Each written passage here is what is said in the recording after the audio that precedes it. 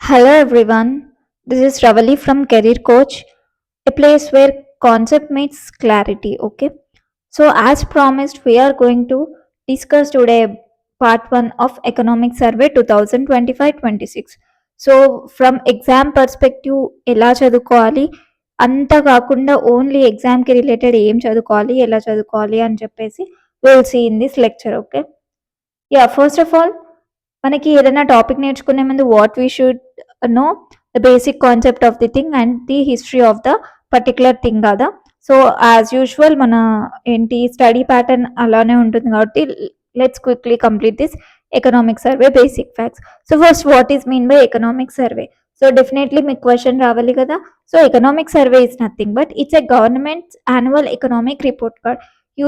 అంటే in general మనకి స్కూల్స్లో కాలేజెస్లో ఏంటి ఇయర్ మొత్తం అయిపోయినాక మన పర్ఫార్మెన్స్ అనేది ఒక రిపోర్ట్ కార్డ్లో ఇస్తారు కదా. In general governments performance, okay, governments performance through out the year ఎలా ఉంది అని చెప్పేసి ఇచ్చేదాన్ని ఏమంటాం మనం? ఎకనామిక్ సర్వే అంటాం అనమాట. So it is presented just before the union budget. So మరి ఇదేంటి ఫస్ట్ ఎప్పుడు ప్రజెంట్ చేశారు? 1950-51 టైంలో. So when was it first presented? During 1950-51 financial year. But at that time it used to present along with the budget. Okay, union బడ్జెట్తో కలిపి economic survey అని చెప్పేసి present చేసేవాళ్ళు. But when it got separated from union budget అంటే it got separated from 1964. Okay, when it got separated from union budget 1964 and next presented 1 day before the union budget. So next ఏంటి purpose ఏంటి? General already మనం చూసుకున్నాం కదా, the purpose of this economic survey is nothing but it is the review of economic performance, trends, developments, so every possible thing done by the government in the previous year. So just will know about it. Next ఏంటి? Prepared by. Who will prepare it? Department of economic affairs. So it can అంటే single mark question లాగా రావచ్చు అనమాట. Especially for who are preparing for district courts or like state government examinations, you can get this single line questions. So economic survey is prepared by the Department of Economic Affairs. Next enti under the guidance of Chief Economic Advisor. Okay, under the guidance of Chief Economic Advisor. Without doing it, let's get into the document. So yeah, మరి మనకేంటి economic survey 2025-26 highlights చూసుకున్నాం. ఏంటి మరి exam చూడండి, ఇక్కడ చెప్పాను కదా, it is presented by department of economic affairs. So డిపార్ట్మెంట్ని మర్చిపోకు. Who presents the economic survey అంటే department of economic affairs. And who is the next chief adviser అంటే chief economic adviser. Okay, under the guidance of chief economic adviser. Next మరి ఇప్పుడు మనం ఈ డాక్యుమెంట్లో ఎలా ప్రిపేర్ అవుతాం? So how we will decode this document?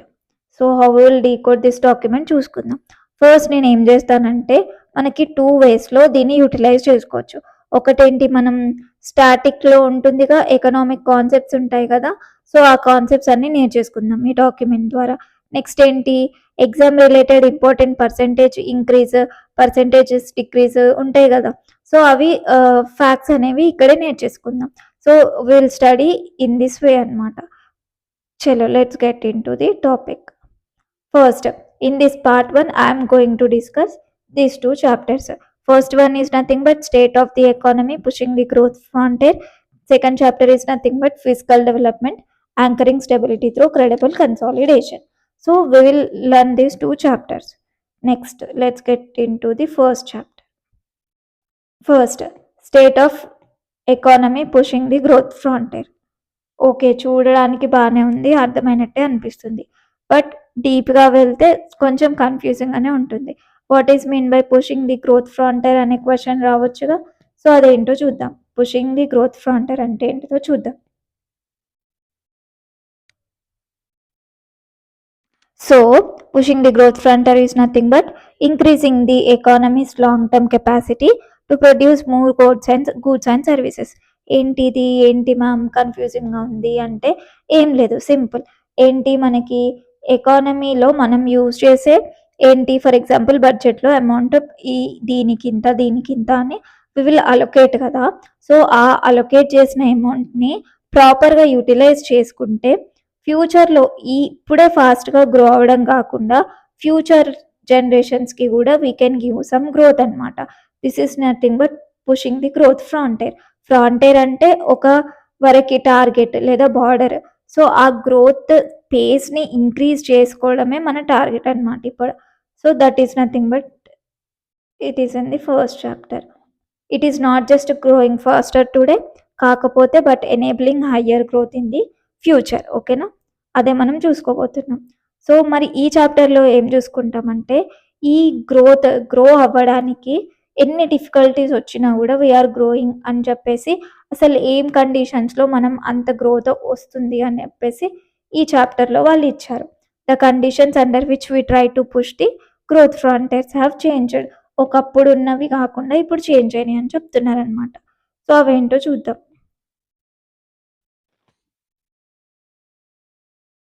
So, మనకి ఏంటి earlier we have see earlier we have certain international ట్రేడ్‌లో, ఇంటర్నేషనల్ డీలింగ్స్‌లో కొంచెం పీస్‌ఫుల్‌గా, స్మూత్‌గా ఉంటుండే అనమాట. పీస్‌ఫుల్‌గా, స్మూత్‌గా ఉంటుండే. ఎట్లా లైక్ ఫ్రీ ట్రేడ్ అగ్రీమెంట్స్ అవుతుండే, ఎఫిషియన్సీకి ప్రియారిటీ ఇస్తుండే, గ్లోబల్ కోఆపరేషన్ సో, ఇవన్నీ ఉంటుండే. బట్ నౌ ఇప్పుడేమైంది సెక్యూరిటీ కన్సర్న్స్ వచ్చినాయి. ఆఫ్టర్ కోవిడ్-19 సెక్యూరిటీ కన్సర్న్స్ వచ్చినాయి. War, political priorities, geopolitical tensions. Like we are seeing in news one day or the other, like ఏంటి wars have happening between these countries అని చెప్పేసి, లేకపోతే US capture this country or that country, or silver rate is growing drastically, gold rate is growing drastically. So ఇట్లా అంటే uncertain situations అనేవి చూస్తున్నాం కదా మనం ఇప్పుడు. సో ఇప్పుడు ట్రేడింగ్కి ఇంటర్నేషనల్ ట్రేడ్లో ఇంటర్నేషనల్ డీలింగ్స్‌లో సిట్యుయేషన్ అనేది కంప్లీట్‌గా చేంజ్ అయింది అని చెప్పేసి, సో, ఆ చేంజెస్‌లో గూడా ఇండియా ఎలా గ్రో అయింది అని చెప్పేసి మనకి ఈ చాప్టర్ అనేది చెప్తుందనమాట. సో, ఈ చాప్టర్‌లో we are going to learn what is happening in the world. So, what kind of situations are happening in the world. Next how is India performing despite that, అంటే అంత అన్సర్టెన్ సిట్యుయేషన్స్‌లో గూడా how is India sustaining, ఎలా ఉండగలుగుతుంది, ఎలా గ్రోత్‌ని చూపించగలుగుతుంది అని చెప్పేసి we are going to learn. And why can India grow faster in the long run. So India ఎందుకు ఎలా పెరుగుతుందో చూద్దాం అనమాట. చలో let's get into the chapter. So మరి ఫస్ట్ చాప్టర్ ఇంటెన్షన్ అనేది అర్థమైందిగా. I think you have all got what is the intention behind first chapter. So ఇక్కడ ఏం చెప్తుంది, global policy is increasingly shaped by security and political consideration rather than efficiency are multilateral rules అంటుంది కదా. That is అంటే అదేం లేదు, సింపుల్గా ఏం లేదు. జనరల్గా ఏంటి మనకి ఇప్పుడు జియో పాలిటిక్స్, సెక్యూరిటీ అవన్నీ గ్లోబల్ పాలసీని కంట్రోల్ చేస్తుంది instead of free market efficiency కన్నా. సో అది చేయడం వల్ల గ్లోబల్ లెవెల్లో గ్రోత్ పర్సెంటేజ్ అనేది స్లో డౌన్ అయింది అని చెప్తుందనమాట. అర్థమైంది కదా. సో ఇంత అన్సర్టెనిటీస్, సో అన్సర్టెనిటీ పాయింట్స్ ఇక్కడ ఇచ్చారు. సో ఇన్ని అన్సర్టెనిటీస్ మధ్యలో గ్లోబల్ లెవెల్లో కంట్రీస్ అన్ని గ్రోత్ పర్సెంటేజ్ అనేది స్లో అయింది అని చెప్తున్నారు. సో మరి ఆ కండిషన్స్ ఏంటి, for example intensifying geo political conflicts అని అన్నారు. Intensifying geo political conflicts is nothing but రీసెంట్గా కంప్లీట్గా వార్స్ అనేవి సో అలాంటివన్నీ వస్తున్నాయి కదా. సో అంత దానివల్ల ఏంటి మనకి అంత డిస్టర్బెన్సెస్లో కూడా మనకి గ్రోత్ రేట్ అనేది ఉంటుంది, కాకపోతే స్లోగా ఉంటుందని చెప్తున్నారు అనమాట.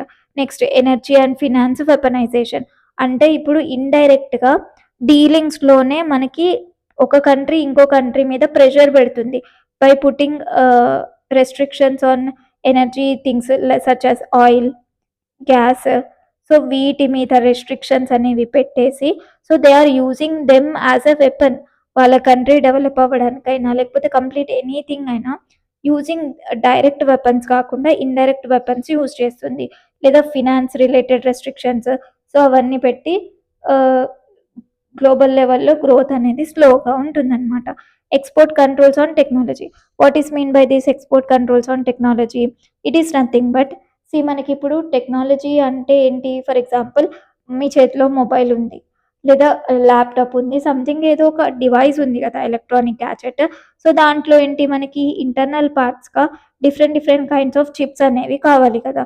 సో అవి మనం ఇప్పుడు ఇండియాలో మ్యానుఫ్యాక్చర్ అయ్యే ఫోన్ దాని internal parts different different countries నుంచి వి విల్ ఇంపోర్ట్ కదా, అసెంబుల్ చేసుకునేది ఇక్కడ we will import from different different countries కదా. సో అట్లాంటప్పుడు వేరే కంట్రీ ఆ వాళ్ళ నుంచి ఎక్స్పోర్ట్ చెయ్యము మేము అని చెప్పేసి రెస్ట్రిక్షన్స్ అనేది పెట్టిందనుకో, అప్పుడు ఆబ్వియస్లీ మన మార్కెట్ అనేది పడిపోతుంది కదా. So in this level global లెవెల్లో ఇట్లాంటి రెస్ట్రిక్షన్స్ ఉండడం వల్ల, టెక్నాలజీ రిలేటెడ్ ఎక్స్పోర్ట్స్ ఇంపోర్ట్స్ మీద రెస్ట్రిక్షన్స్ ఉండడం వల్ల గ్రోత్ అనేది స్లో అవుతుంది అని చెప్తున్నారనమాట. నెక్స్ట్ ఏంటి, next skepticism about free trade. అంటే ఒకప్పుడు ఫ్రీ ట్రేడ్ అగ్రిమెంట్స్ సో అవన్నీ కొంచెం మంచిగా జరుగుతుండే. But now different countries are thinking that so ఇప్పుడు మేము వేరే కంట్రీతో free trade, suppose these are 2 countries అనుకుందాం. సో ఇప్పుడు మేము వేరే కంట్రీస్తో ఫ్రీ ట్రేడ్ అగ్రిమెంట్ చేసుకుంటే మాకేంటి ప్రాఫిట్, వాట్ వీఆర్ గెట్టింగ్ అనేది ఆలోచిస్తున్నారు. అంటే మా లోకల్ మార్కెట్ డిస్టర్బ్ అవ్వకుండా, సో అట్లాంటివన్నీ జరగకుండా మాకు ఇంపార్టెంట్గా ఉండాలి.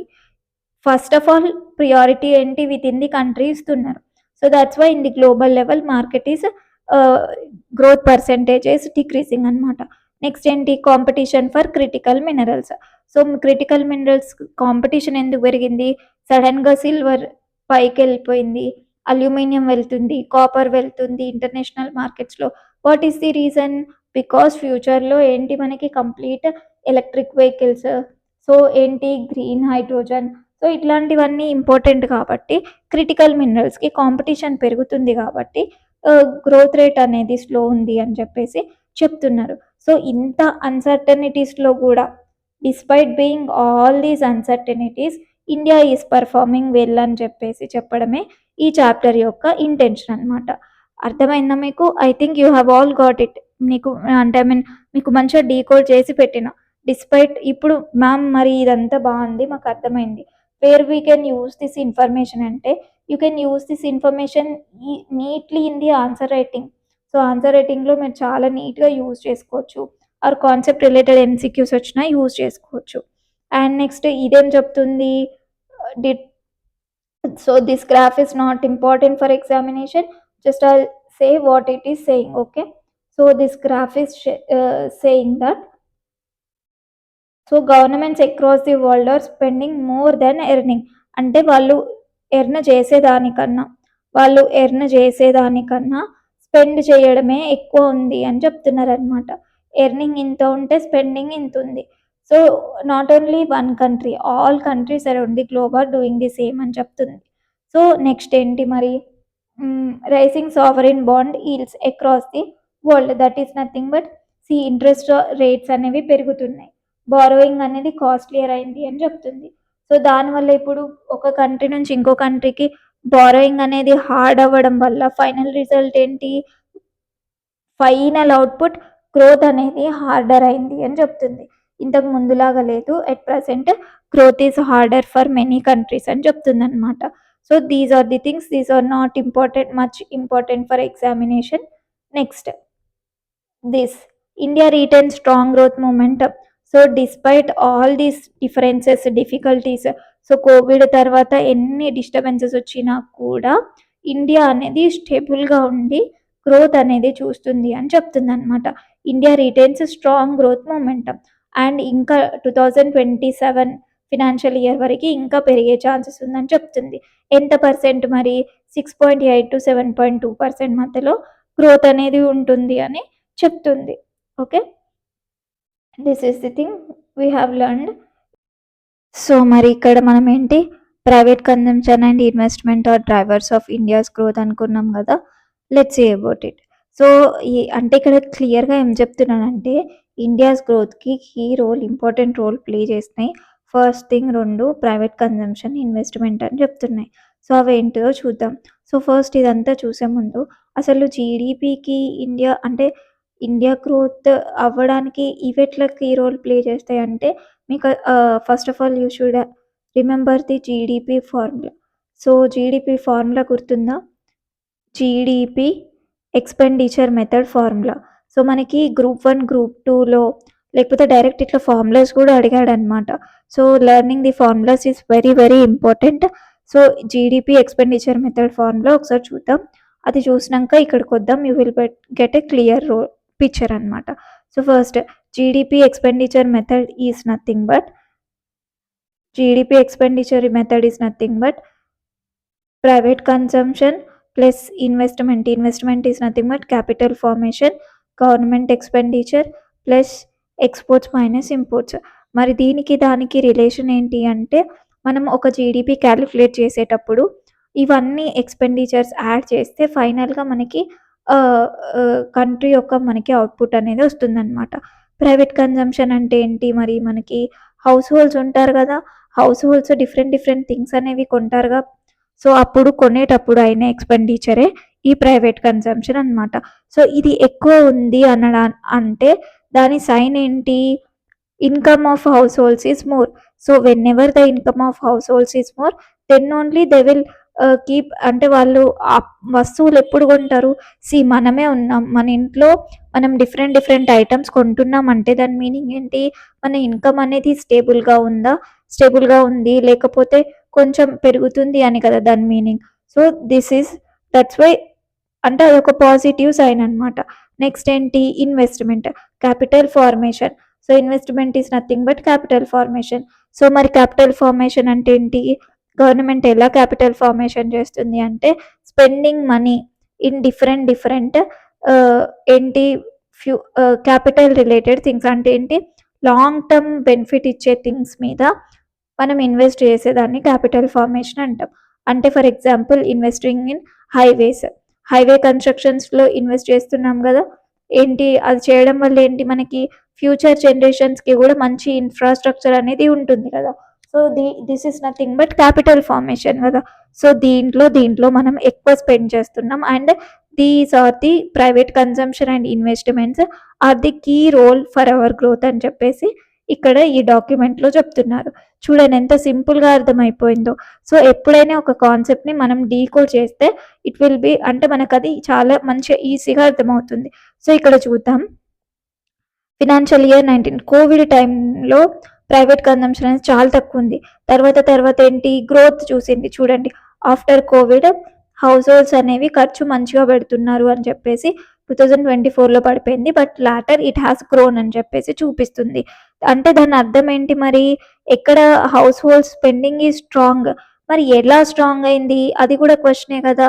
ఇంత సడన్‌గా కోవిడ్-19 తర్వాత ఇంత స్పెండింగ్ ఎలా పెరిగింది అంటే, mainly one of the reason is UPI, digital transactions రావడం అనమాట.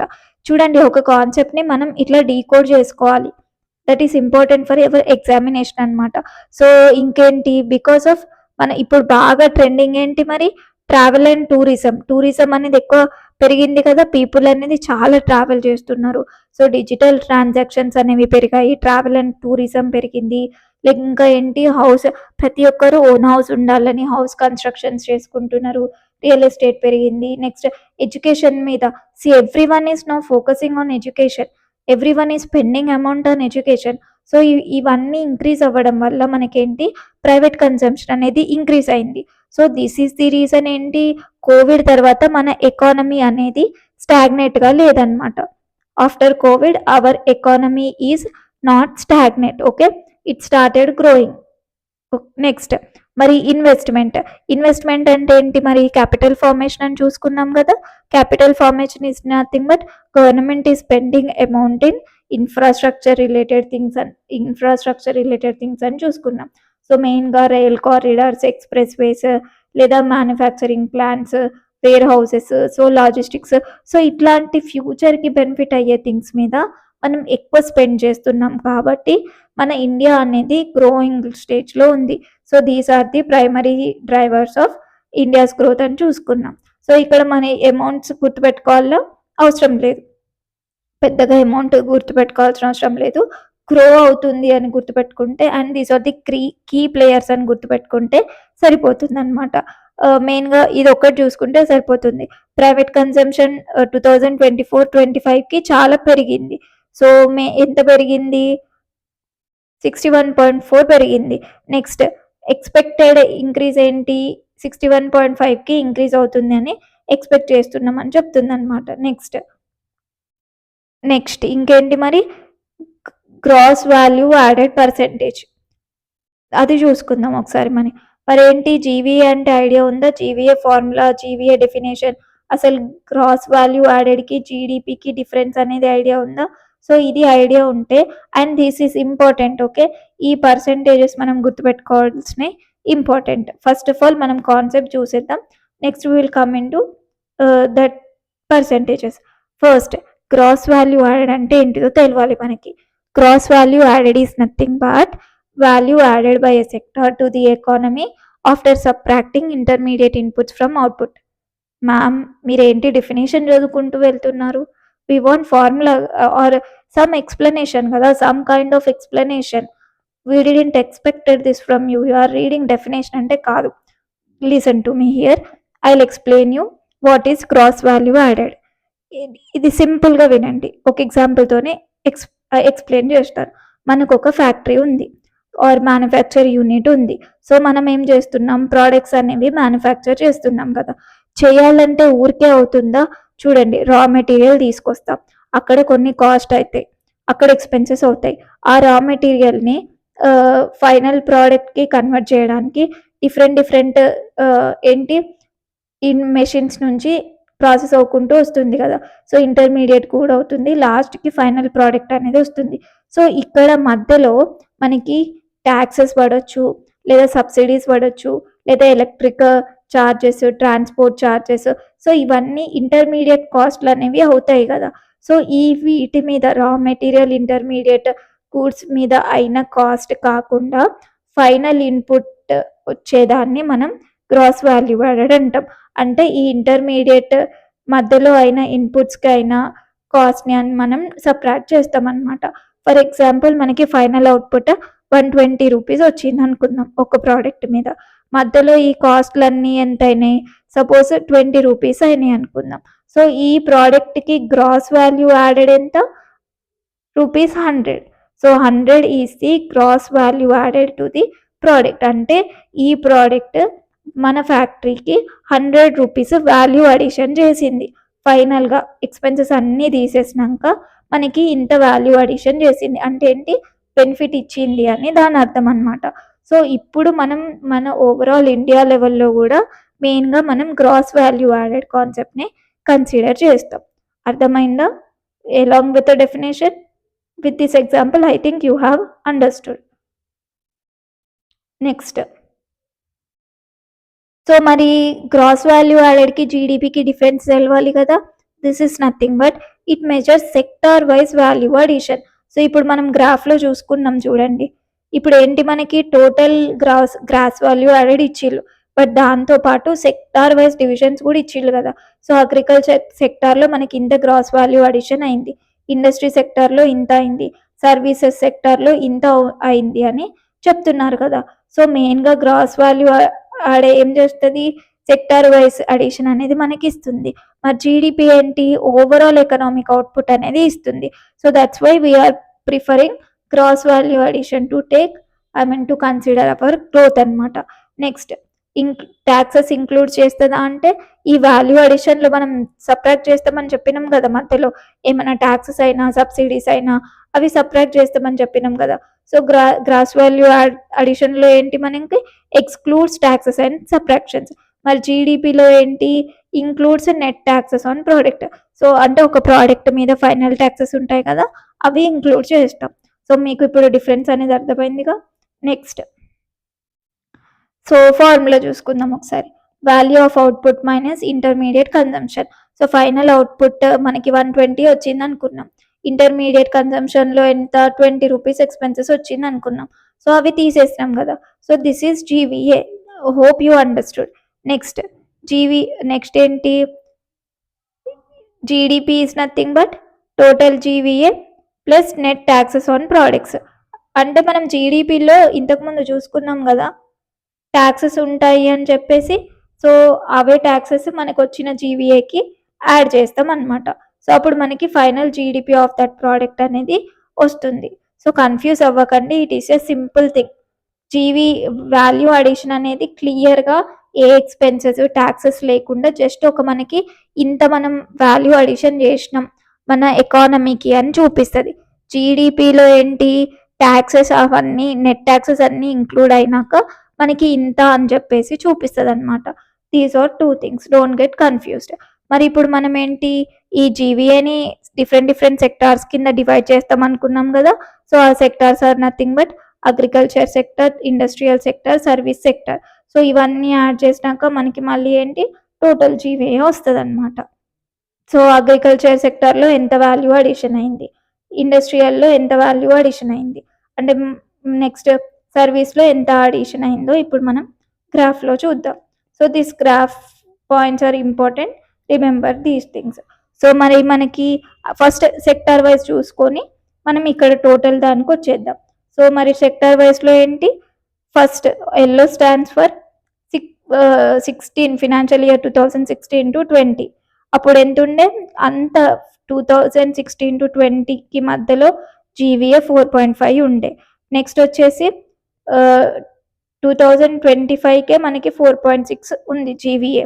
అంటే అగ్రికల్చర్ సెక్టార్ నుంచి ఓవరాల్ కంట్రీకి వాల్యూ అడిషన్ అయింది ఎంత, 4.6 అనమాట. 4.6% ఆఫ్ వాల్యూ అడిషన్ అయింది. నెక్స్ట్ ఏంటి, ఇప్పుడు 2026 ఫినాన్షియల్ ఇయర్ కంప్లీట్ అవ్వలేదు, but as of now it is 3.1% అనమాట.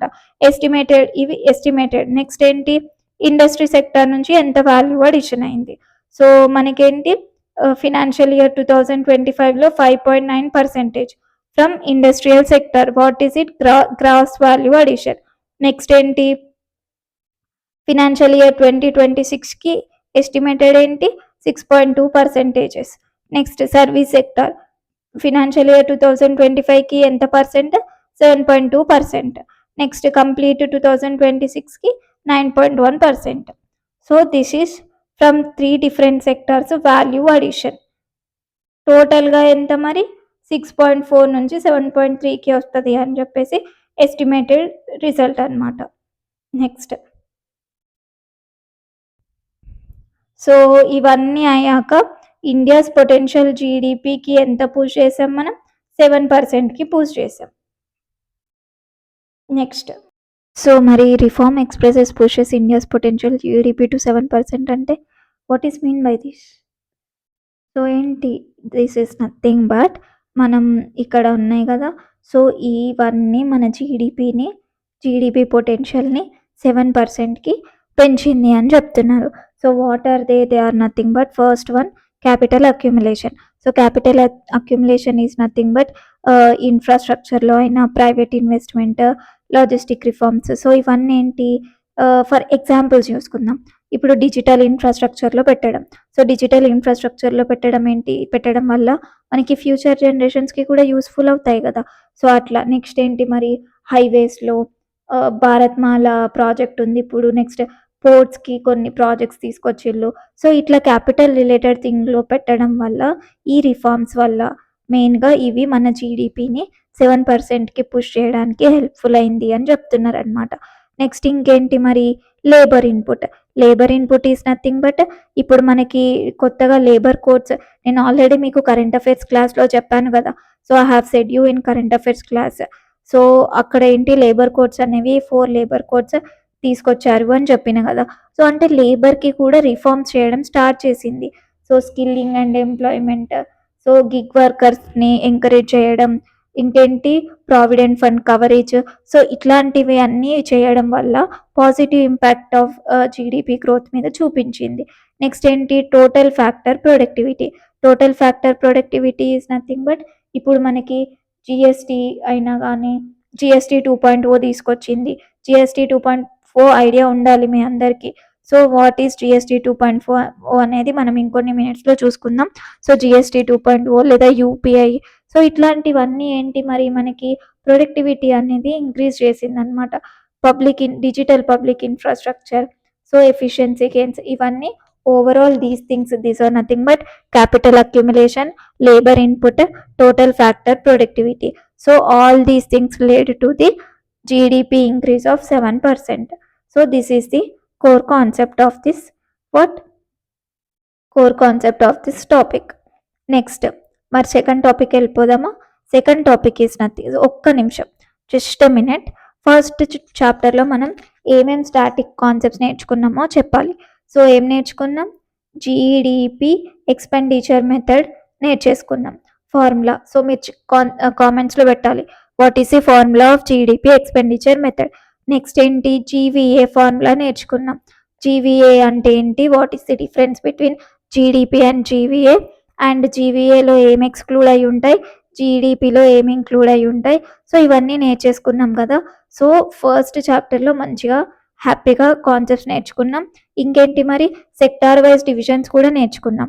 సో జీవీఏలో 3 సెక్టార్స్ గ్రోత్ ఎలా ఉంది, ఫైనల్గా కంబైన్డ్ సెక్టార్ గ్రోత్ ఎలా ఉంది, సో అవి కూడా నేర్చుకున్నాం. అండ్ ఫైనల్గా ఓవరాల్ జీడిపి ఎంతకి పుష్ అయింది, రిఫార్మ్స్ వల్ల 7%కి పుష్ అయింది. So this is from first chapter. So second chapter కూడా ఇలానే నేర్చేసుకుంటే it will be easy for us. So first ఏంటి?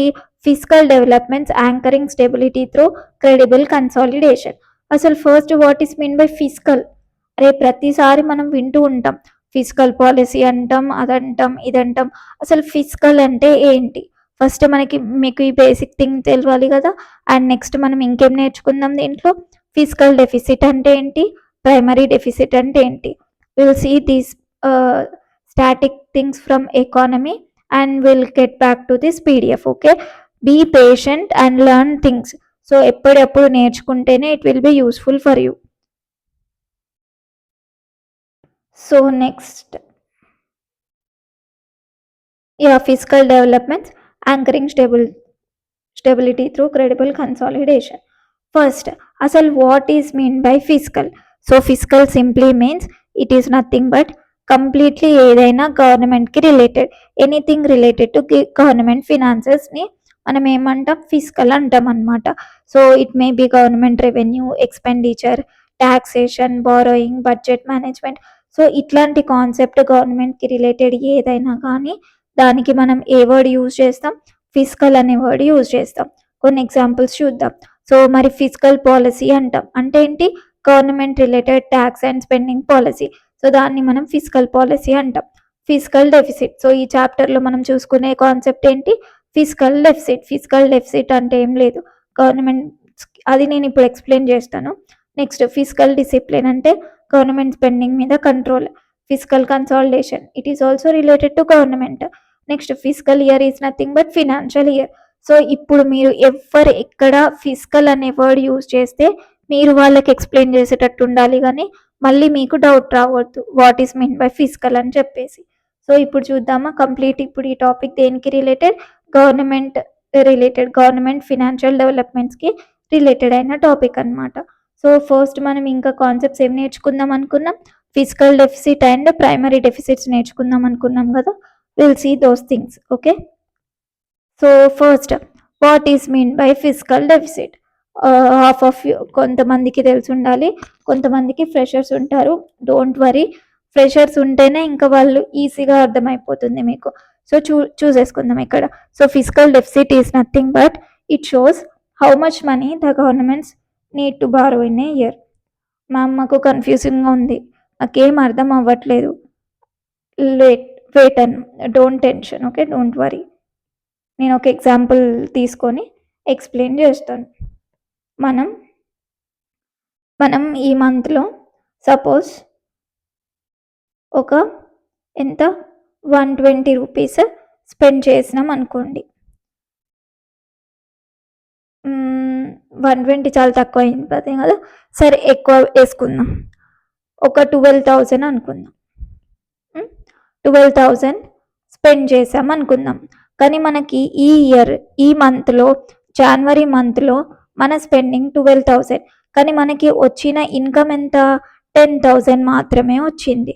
సో మరి ఇక్కడ గ్యాప్ ఎంత ఉంది? ఇంకా మనం 2,000 ఎక్స్ట్రా స్పెండ్ చేసినాం. అరే బాయ్, మనకు వచ్చినది ఇన్కమే ఇంత, కానీ మనం ఇంత స్పెండ్ చేసాం. మరి 2,000 ఎక్కడి నుంచి వచ్చింది? వేరే ఎవరినో అడిగి స్పెండ్ చేసి ఉంటాం కదా. అంటే దాని అర్థం ఏంటిది? బారోడ్ మనీయే కదా. సో ఎగ్జాక్ట్లీ ఓవరాల్ కంట్రీలో అయ్యే సిచ్యువేషన్ కూడా ఇదే అనమాట. So physical deficit is nothing but గవర్నమెంట్కి వచ్చే, అంటే గవర్నమెంట్ ఇన్కమ్కి, ఎక్స్పెండిచర్కి, స్పెండింగ్కి మధ్యలో గ్యాప్. అండ్ ఆ గ్యాప్ని మనం ఎక్కడి నుంచి బారో చేసుకుంటున్నాం? ఎంత బారో చేసుకోవాలి అని చెప్పేదే ఫిజికల్ డెఫిసిట్ అనమాట. ఒక కంట్రీకి ఫిజికల్ డెఫిసిట్ ఎక్కువ ఉందనుకో, it is in danger situation. Okay, అదే అర్థమైందిగా మీకు ఇప్పుడు క్లియర్గా. చిల్గా ఉండండి, చిల్గా నేర్చుకోండి concepts. Okay, so physical deficit is nothing but it shows how much money the government needs to borrow in a year. Okay, it includes current year spending plus interest on past debt. చూడండి, total expenditure నుంచి మనం ఏం తీసేస్తున్నాం, revenue receipts plus non debt capital receipts. అంటే అంటే ఏంటి, non debt capital receipts అంటే ఏంటి, మనకి ఇక్కడ నుంచి అయినా అమౌంట్ వచ్చినాయి కానీ అది డెట్ కాదు, అంటే అది మనం వాళ్ళకి తిరిగి ఇవ్వాల్సిన అవసరం లేదు. ఫర్ ఎగ్జాంపుల్ ఇప్పుడు ఇండియా వేరే కంట్రీస్ శ్రీలంకనో ఎక్కడనో ఏదైనా అవసరం వస్తే ఎమర్జెన్సీ సిచ్యువేషన్స్ టైంలో లంసమ్ అమౌంట్ ఇచ్చేసింది, వాళ్ళు మనకి తిరిగి ఇవ్వాల్సిన అవసరం లేదు. సో ఇట్లాంటి అమౌంట్స్ని capital receipts, non debt capital receipts అంటాం అనమాట. సో మనకి ఇన్కమ్ ఎక్స్పెండిచర్ నుంచి ఇన్కమ్ తీసేసినాక మిగిలిన అమౌంటే ఫిజికల్ డెఫిసిట్. అర్థమైందా concept? Yes, physical deficit represents total borrowing requirement of the government. అంతే కదా, ఇప్పుడు మనకి వచ్చేదానికన్నా పోయేదే ఎక్కువ ఉంటే మిగిలిన ఎక్కడి నుంచి తీసుకోవాలి, అప్పే తీసుకోవాలి కదా. ఎంత అప్పు తీసుకోవాలి అని చెప్పేదే ఫిజికల్ డెఫిసిట్. సో కామెంట్స్లో ఒకసారి పాజ్ చేసి కామెంట్స్లో చెప్పండి, ఫిజికల్ డెఫిసిట్ కాన్సెప్ట్ అర్థమైందా లేదా. అర్థం కాకపోతే నో మ్యామ్ అంటే ఐ గివ్ అంటే ఇంకా మంచి మంచి ఎగ్జాంపుల్స్ అట్లా కాన్సెప్ట్స్ తీసుకొని వస్తా. అర్థమైంది ఎస్ అన్న, I will be happy and will teach you అంటే ఇంకా మంచిగా టీచ్ చేస్తా అనమాట. నెక్స్ట్ మరి ఇప్పుడు ప్రైమరీ డెఫిసిట్ చూసుకుందామా. What is mean by primary deficit? So primary deficit is nothing but ఇప్పుడు మనకి ఇంతకుముందు ఎగ్జాంపుల్లో 2000 అమౌంట్ వచ్చింది కదా, అంటే ఇది ఫిజికల్ డెఫిసిట్ అనుకున్నాం కదా, ఇంత ఎక్స్ట్రా స్పెండ్ చేసినాం అనుకున్నాం కదా. ఈ 2000లో మనకి జనవరి మంత్లో అయిన ఖర్చులలో ఒక 1000 ఏంటిదంట అంటే ఆల్రెడీ మనం ఎక్కడి నుంచో తీసుకొచ్చిన అప్పుకి ఇంట్రెస్ట్ అంట. అర్థమైందా? ఈ మంత్ ఎక్స్పెండిచర్ కాదు. చూడండి, కన్ఫ్యూజ్ అవ్వకండి, don't get panic, don't get confused. ఇక్కడ మనకి ఎంత వచ్చింది ఎక్స్ట్రా ఖర్చు, జనవరిలో 2000 ఎక్స్ట్రా ఖర్చు వచ్చింది. ఈ 2000 ఎక్స్ట్రా ఖర్చులో ఒక 1000 రూపీస్ ఎందుకు ఖర్చు చేసినామంటే ఆల్రెడీ ప్రీవియస్లో సపోజ్ డిసెంబర్ మంత్లో ఎక్కడి నుంచో అప్పు తీసుకొస్తాం కదా, దానికి ఇంట్రెస్ట్ కట్టాలి కదా, ఆ ఇంట్రెస్ట్ ఖర్చు అనమాట. సో ఇప్పుడు మరి దీని నుంచి ఈ 1000 పోతే మిగిలింది ఏంటి, 1000. సో ఈ 1000 ఏంటిది మరి, ఈ జనవరి మంత్ యాక్చువల్ ఖర్చు. అర్థమైందా? ఇప్పుడు క్లియర్గా వేసుకుందాం ఒకసారి. జనవరి మంత్లో మన ఇన్కమ్ ఎంత, 10,000. మన ఎక్స్పెండిచర్ ఎంత, 12,000. ఈ 12,000, 10,000 నుంచి 12,000 తీస్తే మన ఫిజికల్ డెఫిసిట్ ఎంత, 2,000. మన ఫిజికల్ డెఫిసిట్ 2000లో ఒక 1000 ఈ మంత్ ఖర్చు కాదు, అంటే ఈ నెల ఖర్చు కాదు, ఆల్రెడీ ఎప్పుడో చేసిన అప్పుకి ఇంట్రెస్ట్. అంటే ఈ జనవరి మంత్ యాక్చువల్ ఖర్చు ఎంత, మనకి యాక్చువల్ ఎక్స్పెండిచర్ ఎంత, 1000. అంటే ఇది మన ప్రైమరీ డెఫిసిట్. అంటే ఇదే ఎగ్జాంపుల్ని గవర్నమెంట్ తీసుకుందాం, ఒక ఇయర్లో అనుకుందాం. ఇప్పుడు 1 మంత్ కాదు, 1 ఇయర్లో గవర్నమెంట్కి 2000 ఎక్స్ట్రా ఎక్స్పెండిచర్ ఉంది, కానీ దాంట్లో 1000 మాత్రం ఆల్రెడీ వేరే కంట్రీ నుంచి తీసుకున్న అప్పుకి ఇంట్రెస్ట్ కట్టాలి. మిగిలిన 1000 ఈ ఇయర్ ఖర్చు, ఈ ఇయర్ గవర్నమెంట్ చేసిన ఖర్చు. అర్థమవుతుంది కదా, ఈ ఇయర్ మాత్రమే చేసిన ఖర్చు 1000. ఇంకొక 1000 కూడా ఖర్చు చేసిళ్ళు, కానీ ఆల్రెడీ ఎప్పుడో చేసిన ఖర్చుకి ఇప్పుడు ఇంట్రెస్ట్ కడుతున్నాం అనమాట. So this is the difference between physical deficit and primary deficit. Primary deficit is nothing but physical deficit minus interest payments. అంటే ఇగ్నోరింగ్, అంటే పాస్ట్ లోన్ బర్డెన్ని ఇగ్నోర్ చేస్తున్నాం అని అంతే. సింపుల్గా చెప్పాలంటే ఆ 1000 తీసేసినామంటే లోన్ బర్డెన్ తీసేసినట్టే కదా. So ignoring the past loan burden. So ఇప్పుడు మనకి తెలుస్తుంది కదా గవర్నమెంట్ అనేది ఓవర్ స్పెండ్ చేస్తుందా, ఈ ఇయర్ యాక్చువల్గా ఎంత స్పెండ్ చేసింది. సరే పోనీ ప్రీవియస్ ఇయర్లో అప్పు చేసింది దాన్ని పక్కకు పెట్టేస్తాం. ఈ ఇయర్లో ఎంత చేసింది అనేది తెలుస్తుంది కదా. So this is primary deficit. Primary deficit indicates current physical discipline of the government. అంటే ఈ ఇయర్లో ఎంత మంచిగా ఉంది, ఎంత తక్కువ ఖర్చు చేసింది అని మాత్రం చూపించేది ఏంటి, primary deficit. So physical deficit is more డేంజరసా, ప్రైమరీ డెఫిసిట్ ఈస్ మోర్ డేంజరసా? సో తెలుసుకొని నాకు కామెంట్స్లో చెప్పండి. Okay, next yeah. సో ఇప్పుడు గ్రాఫ్ మీరే చెప్పేస్తారు చూడండి. సో ఈ గ్రాఫ్లో మనకి ఏం చూపిస్తుంది, 2 థింగ్స్ చూపిస్తుంది.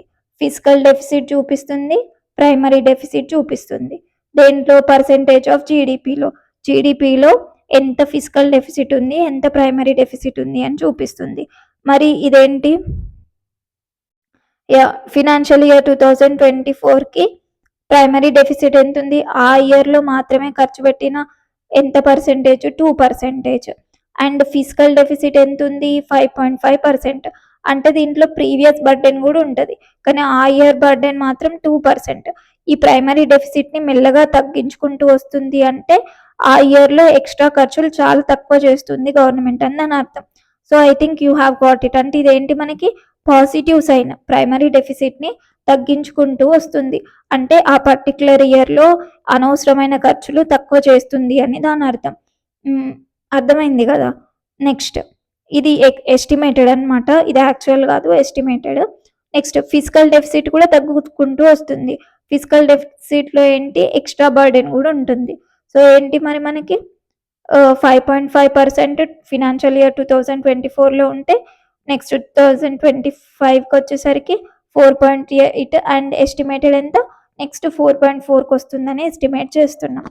సో ఈ గ్రాఫ్ మీకు క్లియర్గా అర్థమైంది అనుకుంటా. And physical deficit and primary deficit కూడా కాన్సెప్ట్స్ అర్థమైపోయినాయి అనుకుంటా. కామెంట్స్లో చెప్పండి. నెక్స్ట్ ఏంటి, prudent fiscal management as the key driver behind sovereign credit rating upgrades. This is nothing but మనము ఇంత బాగా పర్ఫామ్ చేస్తున్నాం కాబట్టి ఈ క్రెడిట్ రేటింగ్ ఏజెన్సీస్ అనేవి అంటే మన ఫిజికల్ మేనేజ్మెంట్లో మంచి ఉన్నామని చెప్పేసి మంచి రేటింగ్ అనేది ఇచ్చింది అని చెప్తుంది అనమాట. Next, so yeah, just a minute. So now we'll see about improved revenue buoyancy means what? Continued emphasis on capital expenditure, improved fiscal transparency, continued deficit reduction along a credible path is nothing but firstly, government tax revenue అనేది it is increasing faster than economic growth. Improved revenue buoyancy is nothing but మనకి economic growth అనేది అవుతుంది కదా, economic growth కన్నా ఫాస్ట్గా government tax revenue అనేది increase అవుతుంది అని చెప్తున్నారు అనమాట. నెక్స్ట్ ఏంటి, continued emphasis on capital expenditure. So that is nothing but మనకి ఇన్ఫ్రాస్ట్రక్చర్ మీద, వీటి మీద కంప్లీట్గా ఏంటి, కంటిన్యూగా ఇన్వెస్ట్ చేస్తున్నాం కదా. So that is a positive sign. ఎట్లా మరి పాజిటివ్ సైన్ అంటే, మనకి జాబ్స్ అనేవి క్రియేట్ అవుతాయి, it is creating jobs. Next ఏంటి, ప్రైవేట్ ఇన్వెస్ట్మెంట్ ఇంక్రీజ్ అవుతుంది, ప్రొడక్టివిటీ ఇంక్రీజ్ అవుతుంది. So this is a positive sign అని చెప్తున్నారు. Next, improved physical transparency. So physical means related to government government related monetary things అనుకున్నాం కదా. So దాంట్లో transparency అనేది increase అయింది. So it is performing better అని చెప్తున్నారు. నెక్స్ట్ ఏంటి, కంటిన్యూ డెఫిసిట్ రిడక్షన్. అంటే మనం ఇక్కడ చూసాముగా, deficit reduction is nothing but physical డెఫిసిట్ని, ప్రైమరీ డెఫిసిట్ని గ్రాడ్యువల్గా రెడ్యూస్ చేయడానికి గవర్నమెంట్ అనేది ట్రై చేస్తుంది అని చూసుకున్నాం కదా. So they are stressing this continue deficit reduction along a credible path అని చెప్తున్నారనమాట. So these are all positive signs. Next, sustained revenue buoyancy and broadening the direct tax base అని చెప్తున్నారు. So what is mean by this? This is nothing but ఇప్పుడు మనం sustained is nothing but future జనరేషన్కి useful అయ్యేటట్టే కదా. సో ఈ విధంగా మన రెవెన్యూ అనేది ఇంక్రీజ్ చేసుకోవడం వల్ల, so nothing but when the financial sector is growing in a sustainable way, then direct tax base is increasing అని చెప్తుంది అనమాట.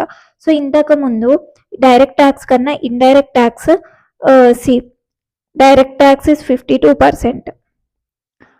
ప్రీ పాండమిక్ ముందు యావరేజ్ డైరెక్ట్ ట్యాక్స్ ఇస్ 52%. అంటే డైరెక్ట్ ట్యాక్స్ రెజ్యూమ్ కింద 52% పాపులేషన్ ఉంటుండే అండ్ ఇండైరెక్ట్ ట్యాక్స్ కింద 48% population ఉంటుండే.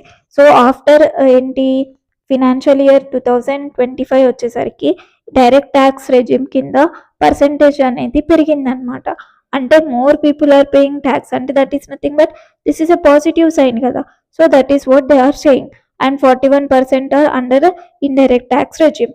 ఎప్పుడు మరి ఫినాన్షియల్ ఇయర్ 2025కి వచ్చేసరికి ప్రీ పాండమిక్లో 52% ఉంది అండ్ తర్వాత ఎంతైంది 59% యావరేజ్ ఉంది అనమాట. సో ఇదేంటి increase in share of direct taxes in cross tax revenue. Indirect tax direct tax కలిపి 100% అయితే దాంట్లో డైరెక్ట్ ట్యాక్స్ రెజ్యూమ్ అనేది పెరిగింది అని they are saying. Okay, I think you have got it. Next will see how much it has increased. ఒక్కొక్క sector కింద ఎలా increase అయిందో చూద్దాం అనమాట. So these are pre pandemic average financial year 16 నుంచి 20 వరకు. ఇదేమో 22 నుంచి 25 వరకు పోస్ట్ పాండమిక్, అంటే COVID-19 తర్వాత ఎట్లా గ్రోత్ ఉంది, COVID-19కి ముందు ఎలా గ్రోత్ ఉంది అని చూపిస్తున్నారు. So revenue receipts to GDP ratio. So first ఎంత 8.5% ఉంటే 9.1%కి ఇంక్రీజ్ అయింది. So that is nothing but ఏంటి మరి total economy GDP, I mean total జీడిపిలో టోటల్ జీడిపి సైజ్లో మనకి రెవెన్యూ షేర్ ఎంత ఉందంట, ప్రజెంట్ 9.1% ఉంది. సో ప్రీవియస్ ఎంత ఉంటే ఎంత అయింది 8.5% ఉంటే ఇప్పుడు 9.1% అయింది. ఏంటిది అది revenue receipts to GDP. So this is percentage of revenue receipts to GDP.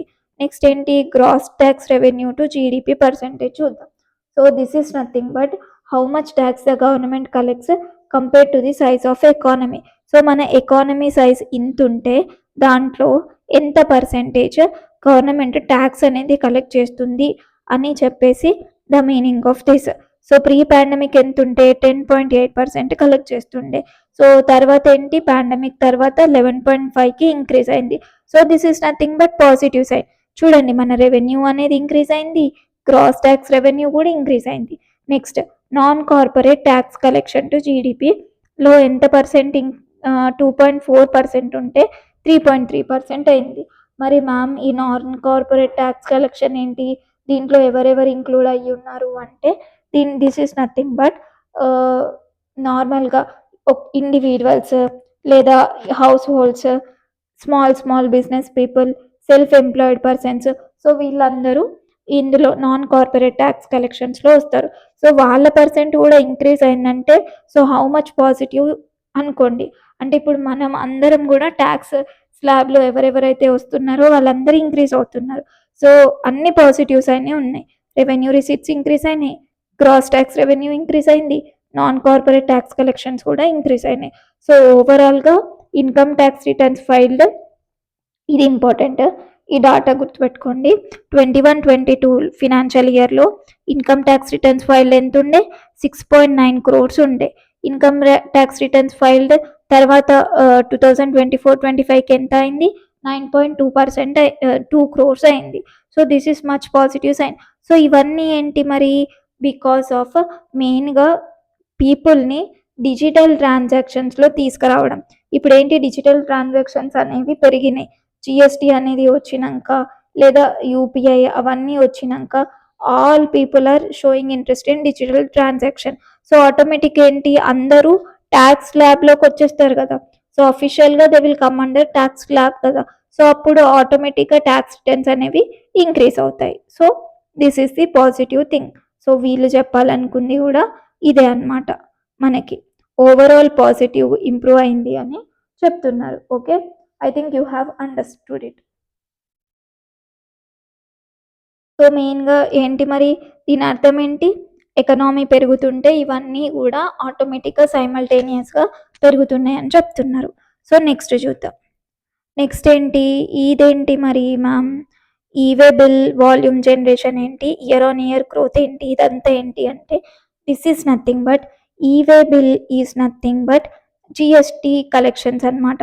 GST goods okay. ఇప్పుడు మనకి ఒక స్టేట్ నుంచి ఇంకో స్టేట్ మధ్యలో లాజిస్టిక్స్, గూడ్స్ అవన్నీ ఎక్స్‌చేంజ్ అవుతూ ఉంటాయి గదా! సో, అప్పుడు మనకి టాక్స్ కట్టినప్పుడు జనరేట్ చేసే బిల్‌ని ఈ-వే బిల్ అని అంటామనమాట. సో, ఈ-వే బిల్ వాల్యూమ్ జనరేషన్ ఎలా ఉంది? అండ్ గ్రోత్ పర్సెంటేజ్ ఎలా ఉంది చూద్దాం. సో, ఇప్పుడు 2024లో మనకెంత ఇక్కడ, ఎక్కడ? Yeah! So, year on year growth చూద్దాం ఫస్ట్. 16% ఉండే. 2023లో 26% ఉంటే మనకి ఈ-వే బిల్ జనరేషన్స్ అంటే అండర్ జీఎస్టీ కలెక్షన్స్ మనకెంతుంది 16కొచ్చేసింది. తర్వాత మళ్ళీ పెరుక్కుంటూ వచ్చింది. ఎంత? ఫినాన్షియల్ ఇయర్ 2025లో 16.6% చూడండి. 16 నుంచి 16.6%కి ఇంక్రీజ్ అయింది. నెక్స్ట్ ఏంటి మరి ఎస్టిమేటెడ్ ఇంక్రీజ్ ఎంతో 21% ఇంక్రీజ్ అవుతుంది అని చెప్తున్నారనమాట. అండ్ వాల్యూమ్ జనరేషన్‌లో ఎన్ని క్రోర్స్? 70 క్రోర్స్ నుంచి మనకి మెల్లిగా ఎంత ఇక్కడ 80 క్రోర్స్ దాకా వచ్చింది. నెక్స్ట్ ఏంటి? 100 క్రోర్స్. నెక్స్ట్ ఏంటి అంటే పాజిటివ్‌గా పెరుగుతూ వచ్చింది గదా! అంటే that is nothing but everyone is coming under GST collections and inter state ఏంటి గూడ్స్, లాజిస్టిక్స్ అనేవి డెవలప్ అవుతుంది అని ఈ బిల్ యొక్క ముఖ్య ఉద్దేశం అన్నమాట. That they are saying that. Next. So, అదొకసారి మనం మీకు ఇంకా మంచిగా అర్థమయ్యేటట్టు I will explain. Just a minute. Gross GST collections year on year growth కూడా చూసేద్దాం. సో, గ్రాస్ జీఎస్టీ కలెక్షన్స్ మనకి ఎంత? ఫినాన్షియల్ ఇయర్ 2024కి 25కి ఇట్ గాట్ ఇంక్రీజ్డ్. సో, నార్మల్‌గా it is around 15 point something lakh crores ఉంటే it has increased to 16 point some change lakh crores increase అయింది. So, మనకి ఎగ్జామ్‌లో ఎంత ఎగ్జాక్ట్ ఇన్ఫర్మేషన్ అక్కర్లేదు. So, gross GST collections increase అయినాయా అంటే ఇంక్రీజ్ అయినాయి. That is enough. సో, మరి ఇయర్ ఆన్ ఇయర్ గ్రోత్ ఎట్లుంది? చూడండి. ఇది చూడండి డిఫరెంట్ ఉంది.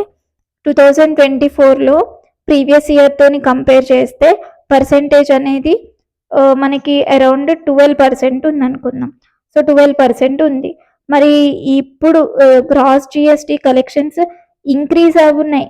కలెక్షన్స్ అయితే ఇంక్రీజ్ అయినాయి. కానీ పర్సెంటేజ్ ఆఫ్ కలెక్షన్స్ అనేవి డిక్రీజ్ అవ్వుకుంటూ వస్తున్నాయి. చూడండి 8% 2025కొచ్చేసరికి. ఎస్టిమేటెడ్ మళ్ళీ పడిపోతుందనమాట. So, gross GST collections year on year it is decreasing but the overall collections is increasing. Okay, next.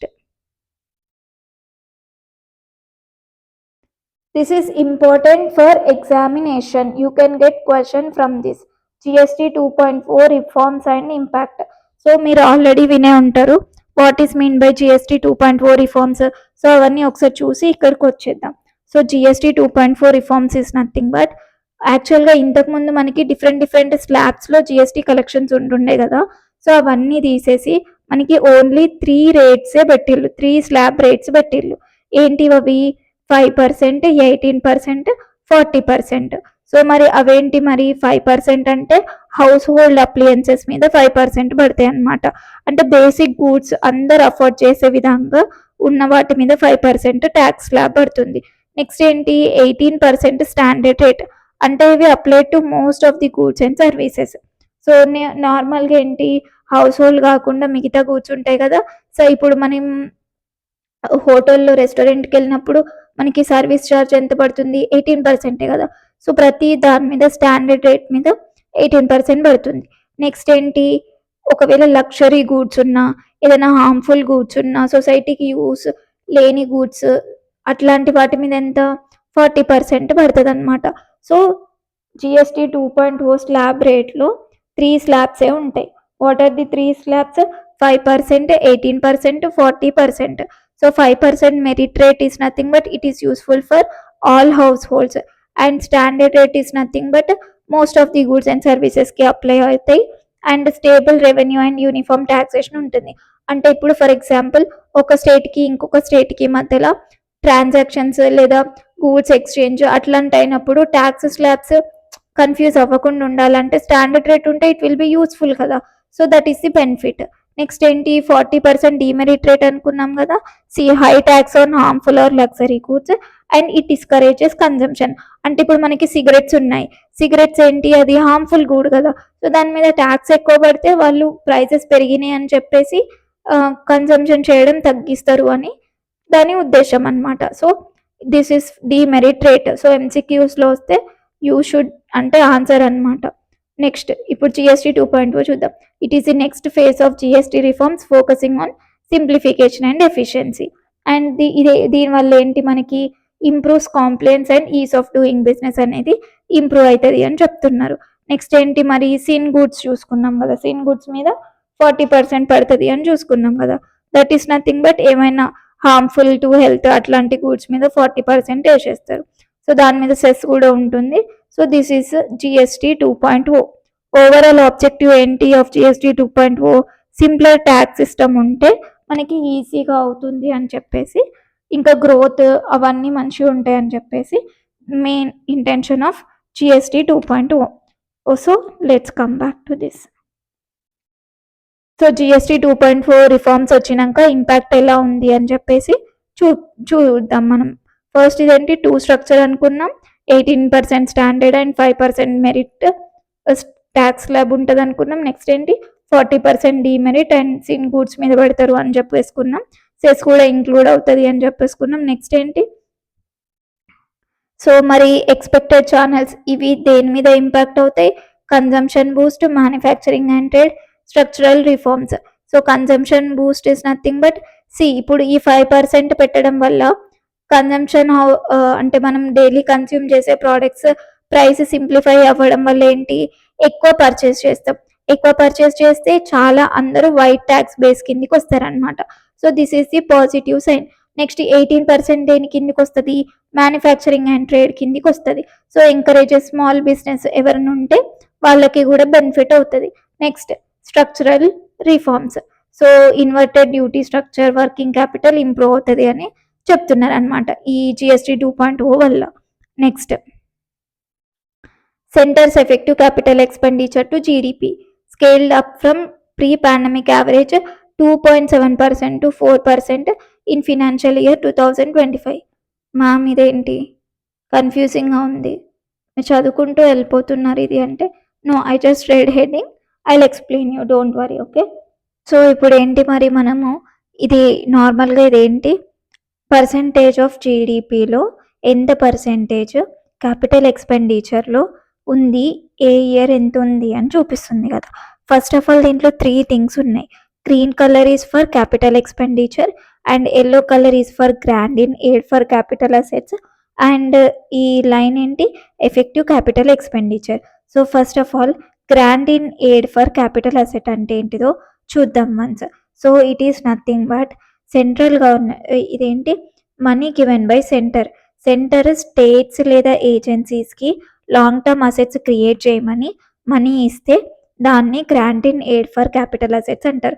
అంటే మనీ సెంట్రల్ గవర్నమెంటే ప్రొవైడ్ చేస్తుంది, మీరు ఇన్ఫ్రాస్ట్రక్చర్ క్రియేట్ చేయండి, రైల్వేస్ క్రియేట్ చేయండి, రోడ్స్ క్రియేట్ చేయండి, సో దానివల్ల ఫ్యూచర్లో మనకి బెనిఫిట్ వస్తుంది అని చెప్పేసి ఇస్తుంది కదా centre states and ఏజెన్సీస్కి.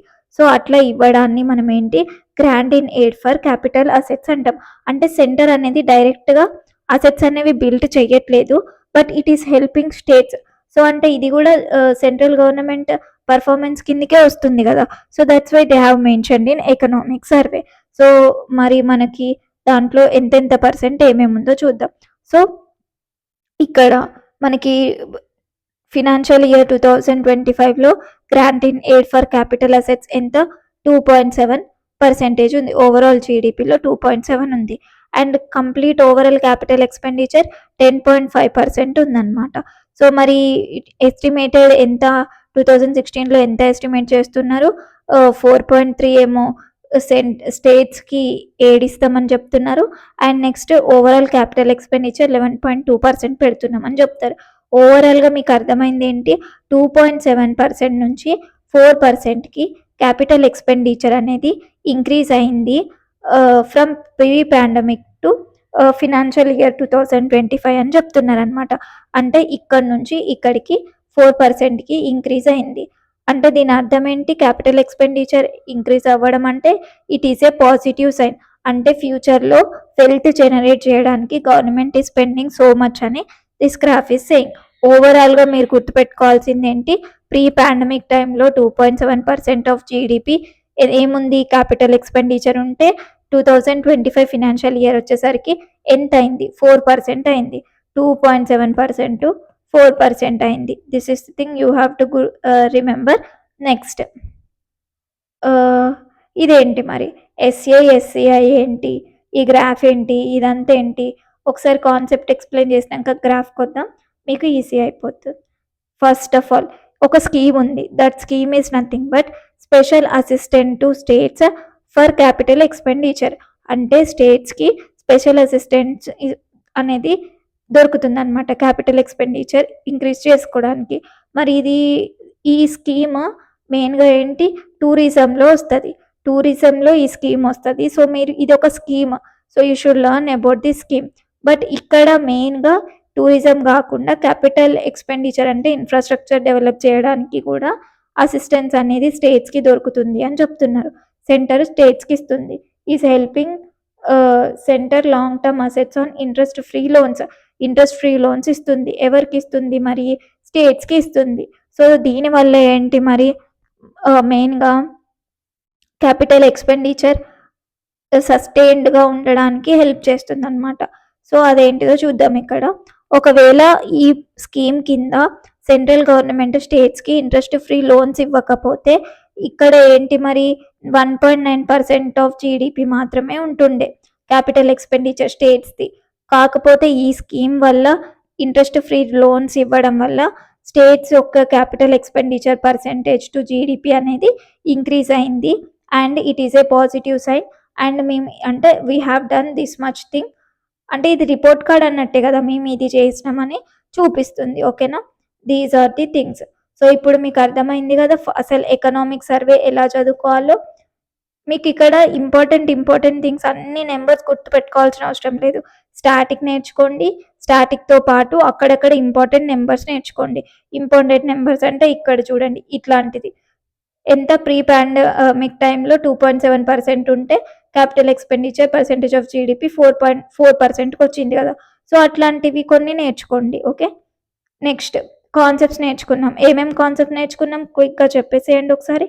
What concepts we have learned today? Economic static concepts. First లాస్ట్కి గ్రాంట్ ఇన్ ఎయిడ్ నేర్చుకున్నాం. ఈ స్కీమ్ ఒకటి నేర్చుకున్నాం. Special assistant to states for capital expenditure. Next grant in aid for capital assets అంటే ఏంటిదో నేర్చుకున్నాం. Next ఇది GST 2.0. This is important thing.